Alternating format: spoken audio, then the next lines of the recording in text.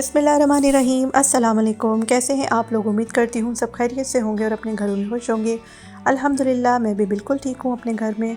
और बस ठीक बहुत बिज़ी थी गर्मियों में। बच्चे जो थे वो आपको पता है घर में थे, तो फिर रूटीन थोड़ी टफ़ हो जाती है। फिर माशाल्लाह से अम्मी भी आई हुई थी घर में, रौनक हुई हुई थी। और बड़ों का, बुज़ुर्गों का आना तो वैसे ही बड़ा अच्छा होता है।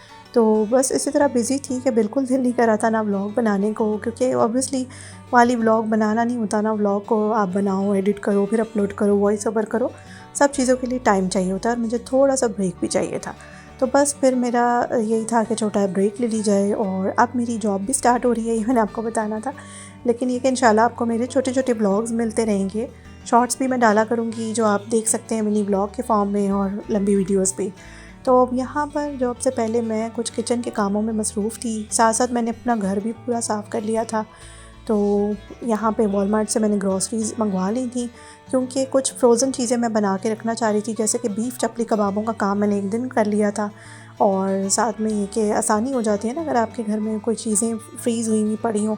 शनिवारी मटन जो है ना, ये मैंने चढ़ा दिया था ज़रा ज़्यादा क्वांटिटी में जॉब से एक दिन पहले, ताकि मेरे पास एटलीस्ट 2-3 दिन की चीज़ें जो है ना वो बनी पड़ी हों, तो बड़ा आसानी रहती है। क्योंकि आप एक नई रूटीन में आ रहे होते हैं। और ये टिप देना चाहूँगी उन लोगों के लिए जो अपना कैरियर स्टार्ट कर रहे होते हैं, कोई जॉब स्टार्ट कर रहे होते हैं, छोटी हो बड़ी हो। तो एनीवेज़ यहाँ मछली जो थी ना, उसको भी मैंने मसाला लगा के फ्रिज में रख दिया था। शनिवारी भी तैयार हो गया और एक सैलेड बाउल मैंने बड़ा सा बना लिया था, जो एटलीस्ट हमारा 2 दिन तो चल ही जाता है।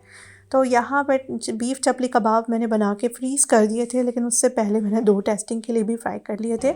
और मैंने क्लीनिंग लेडी बुलाई थी, जिसने मेरा किचन्स और बाथरूम जो है ना वो अच्छे तरीके से साफ़ कर लिया था। तो मुझे थोड़ी सी इधर से तो बेफ़िक्री थी, क्योंकि इसके साथ साथ मैं अपने और सब घर में सफाइयों के काम करी थी।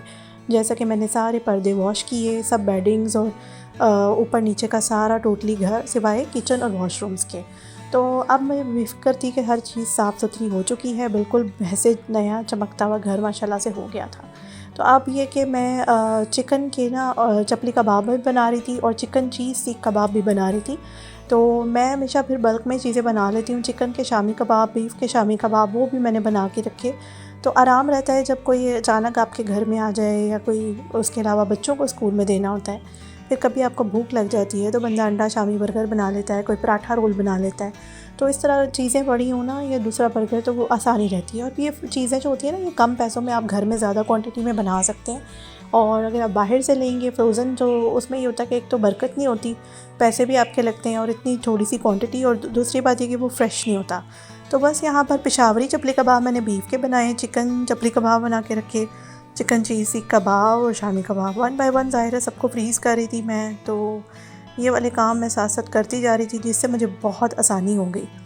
क्योंकि अब जॉब का पहला दिन स्टार्ट हो रहा था, तो मैंने सुबह ना बच्चों के लिए बन कबाब भी बना के ना 2-3 दिन के रख दिए थे।